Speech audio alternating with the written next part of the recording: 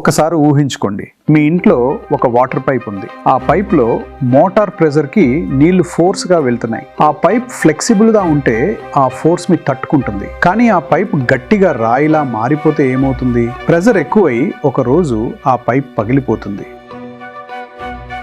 మన శరీరంలో నరాల పరిస్థితి కూడా అచ్చం ఇలాగే ఉంటుంది. మీరు ఉదయం లేవగానే టెన్షన్గా ఆఫీస్కి వెళ్తుంటారు. ట్రాఫిక్లో విపరీతమైన కోపం వస్తుంది.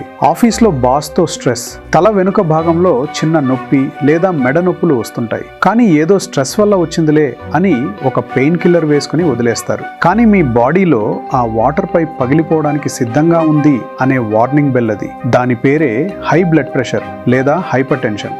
దీన్ని డాక్టర్లు సైలెంట్ కిల్లర్ అంటారు. ఎందుకంటే హార్ట్ అటాక్ లేదా పెరాలసిస్ వచ్చే వరకు ఇది బయటపడదు. బీపీ అంటే ఏదో జబ్బు కాదు, అది మన బాడీలో జరిగే ఒక ఫిజియోలాజికల్ ప్రాసెస్. మన గుండె ఒక పంపింగ్ మిషన్. ఆ గుండె పంప్ చేసిన రక్తం కణాలకు ఆక్సిజన్ని తీసుకువెళ్ళడానికి నరాల గోడల పైన కలిగించే ఒత్తిడినే బ్లడ్ ప్రెషర్ అంటారు.